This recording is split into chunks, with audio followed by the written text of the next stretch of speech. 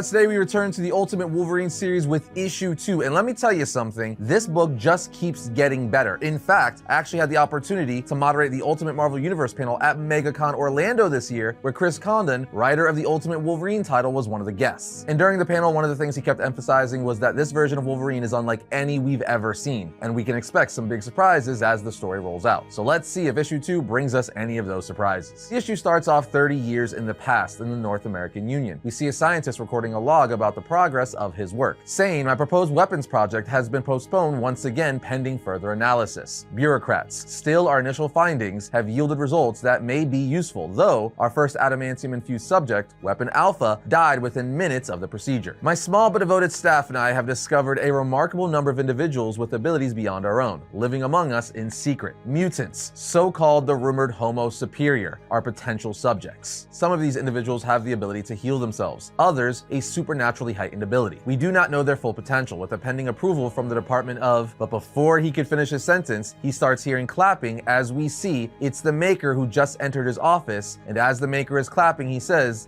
"Very good, Professor." The Professor says, "Who's that? Who's there?" The Maker responds, "I am but a simple man in search of a better world." The Doctor looks at him saying, "There's no such thing as a perfect world." And the Maker just smiles at him saying, "A better world, Professor, better." The Professor then says, "What are you doing here? No one's supposed to be here, and I've never seen you before. What's your clearance?" As he tries to discreetly grab the gun hiding in his drawer. But the Maker responds, "Clearance? This is my clearance," as he extends his index finger right through the Doctor's mouth and out the back of his neck, killing him all T-1000 style. The Maker then lights a match saying, "You see, Professor, I'm making this a better world. A better world is one that you're not in," as he sees a picture of Logan on the Doctor's corkboard. The Maker then sets the building on fire and leaves. The comic then takes us in the present to Eurasian taiga, as we see a group of soldiers in the wilderness looking for something, and their leader finds footprints in the snow that just end. So of course they start looking around to see how that's possible, and when one of them looks up, he sees someone hiding in the treetops above, and that someone is Wolverine, as the soldier yells, "Up there!" Then on the next page, we get a splash page of Ultimate Wolverine, aka the Winter Soldier, in this universe, jumping down to start attacking the soldiers. The art is absolutely amazing. So on the next page of Ultimate Wolverine 2, we're taken to some time before, and we see Magik, Colossus, and Omega Red, as one of them says, "And what if someone else gets in that puppet brain of his? What then?" Dr. Alanya answers, "Impossible. Make no mistake, leaders Rasputin and leaders Rosovich. He is ours." Magik asks, "How can you be so sure? We are not the only ones with telepaths at our disposal. Perhaps the project should be terminated." Dr. Alanya asks, "Terminated? We've sent him on 4 missions already, 4 successful missions. The opposition is reeling, leaders. He humiliated several operatives last month on the western border alone." Magik tells her, "Successful missions are a dime a dozen, Dr. Prostovich, just like your other creations." The Doctor responds, "What does that mean?" "I am tasked with certain directives, and I accomplished them. I fail to understand why I'm defending myself when..." Magik then interrupts her, saying, "He has no memories. You say this. You said this time and again. But how do you explain what happens when your little Winter Soldier sleeps?" At this point, Magik starts getting a little aggravated and starts using her powers to intimidate the Doctor, while continuing to say, "Oh, you didn't think I knew? Well, perhaps it is time to check in on your project to see for ourselves how well he is doing," as she teleports herself, the Doctor, and her comrades to where the Winter Soldier is. The Doctor says, "Excuse me, as with any normal being, this is a regenerative cycle. Restorative. He is dreaming. Would I prefer him to be inert? Yes, of course. But this is not an exact science. It takes time, testing. He is mostly docile while awake. He obeys." Colossus says, "Remove the specimen. I want to inspect it myself." The Doctor tells him, "Leader, he is in stasis. To rip him out suddenly would be potentially..." Colossus then just lifts the Doctor up by her neck while saying, "Do not underestimate how disposable you are, Doctor. Remove the specimen now." When he puts her down, she says, "Yes, leader." She then presses some buttons to take him out of his sleep, and when the door opens, she says vitals are reading normal. And then she says some words in Russian to have the Winter Soldier walk towards her. Colossus then walks right up to the Winter Soldier, staring down at him, while the Doctor says he responds to verbal commands when prefaced with designation. Otherwise, he may react, let's say, poorly. Colossus then grabs the Winter Soldier by the neck, saying, "Dr. Prostovich, do not dictate how I may interact with my own property. I know how to handle creatures like this. It is not with verbal commands." As he lifts Winter Soldier in the air with one hand by his neck, saying, "Creatures like this, men like this, they know violence. They respect it. Because unlike you, men like this know there is no such thing as safe. Every second of existence, there is someone or something trying to take from them. And men like this, they know that men like me stand in their way. If you don't crush them, if you don't show show them your power, your true power, they will resist. It is inevitable, Doctor. After all, he has done so before. So we will reinforce the lesson. The Winter Soldier's rightful place is under our heel, as he chucks the Winter Soldier across the room. Colossus then says, I think we should like to see the Winter Soldier in action. No more reports. We want to see. Magik smiles, saying, yes, a test. Dr. Prostovich should like that. She loves her tests. Colossus then cracks his knuckles while saying, we will send 10 of our finest soldiers to pursue the Winter Soldier in a combat scenario fully monitored. Only one shall emerge, with Omega Red saying, excellent. Colossus continues to say, it will not only be a test for your subject, but for you too, Doctor. Fail and we shall revise your relationship with Directorate X. Magik, Colossus, and Omega Red then finally leave as the Doctor checks on the Winter Soldier, saying, thank God they're gone. What a mess. Come, Winter Soldier, you have a new mission ahead of you. And with that, we're brought back to the present, where the 10 best soldiers Colossus has are being attacked by the Winter Soldier. We see Logan has already killed someone as the soldiers just start shooting in the air aimlessly. One of them then says, hold your fire. Is this the opposition? Is that who's out there? Anyone get a good look at them? Another soldier replies, not them, him.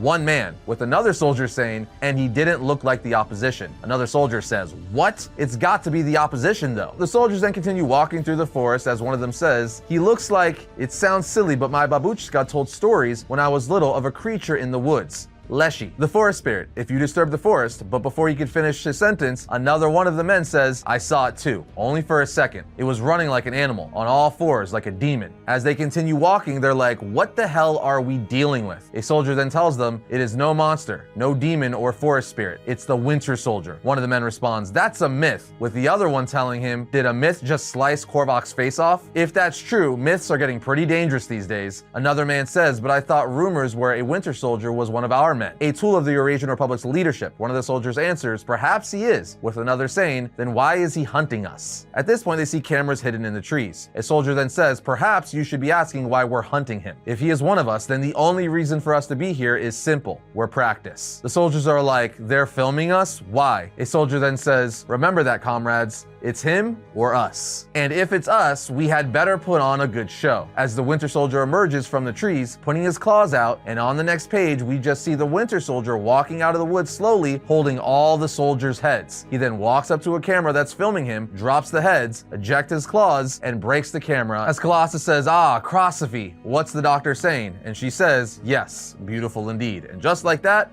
Issue 2 comes to an end. This series is just absolutely amazing. It is action-packed, and the way Condon is weaving in the politics going on behind the scenes is so good. And like he said, this version of Wolverine is just a killing machine, just a weapon to be used at the Eurasian Republic's discretion, which is basically what the Weapon X program had planned for the 616 Wolverine before he broke free and became an X-Man. So it's a really cool concept. Not to mention, we're 2 issues in and Winter Soldier or Logan hasn't uttered a single word. He's just a mindless killing machine. So what can we expect next now that he's proven himself to the leaders Colossus, Magik, and Omega Red? How are they going to use this insanely dangerous weapon? Although, you know, Winter Soldier is not going to forget Colossus throwing him around trying to prove his dominance. In fact, I'd say Colossus's days are pretty numbered, and it's going to be glorious to see that play out. In any case, what do you guys think of this new take on Wolverine? Are you digging it? Let us know down in the comments.